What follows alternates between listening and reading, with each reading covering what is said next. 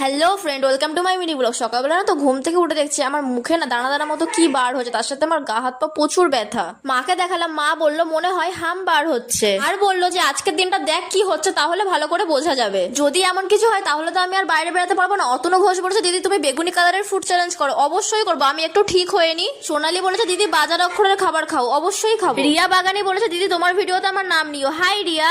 মা বললো তাড়াতাড়ি স্নান করে নেয়, তাই তাড়াতাড়ি স্নানটা করে নিলাম। শরীরটা জানো তো অনেক খারাপ লাগছে, তার সাথে কাশিও হচ্ছে। মা জানো তো দুপুরবেলা ভয়তে আমাকে নিরামিষ খেতে দিয়েছে, আর বললো একটু পেঁপে খা, শরীরটা ঠান্ডা থাকবে। সকাল থেকে জানো তো আমার বাড়িতে থেকে একটু ভালো লাগছে না, তাই ভাবলাম বিকালবেলা কিছু একটা বানাই। বোন অনেকদিন ধরে বলছিল যে পুডিং খাবে, আর আমি কোনোদিনও বানাইনি, তাই ভাবলাম ট্রাই করা যাক। তো প্রথমেই আমি চিনিটাকে লো ফ্লেমে গলিয়ে নিলাম। একটা বাটিতে 2টো ডিম, 1 প্যাকেট লিকুইড দুধ আর চিনি মিশিয়ে নিয়েছিলাম। এটাকে এখন 1/2 ঘন্টা স্টিম করে 2 ঘন্টা ডিপ ফ্রিজে রেখে দেবো। দেখো আমাদের পুডিং কিন্তু অলমোস্ট রেডি হয়ে যায়। দেখতে কি সুন্দর লাগছে না? আমার বুনু দেখো ওটাকে পুরো কেকের মতো কেটে বার করলো। একটা সত্যি কথা বলবো,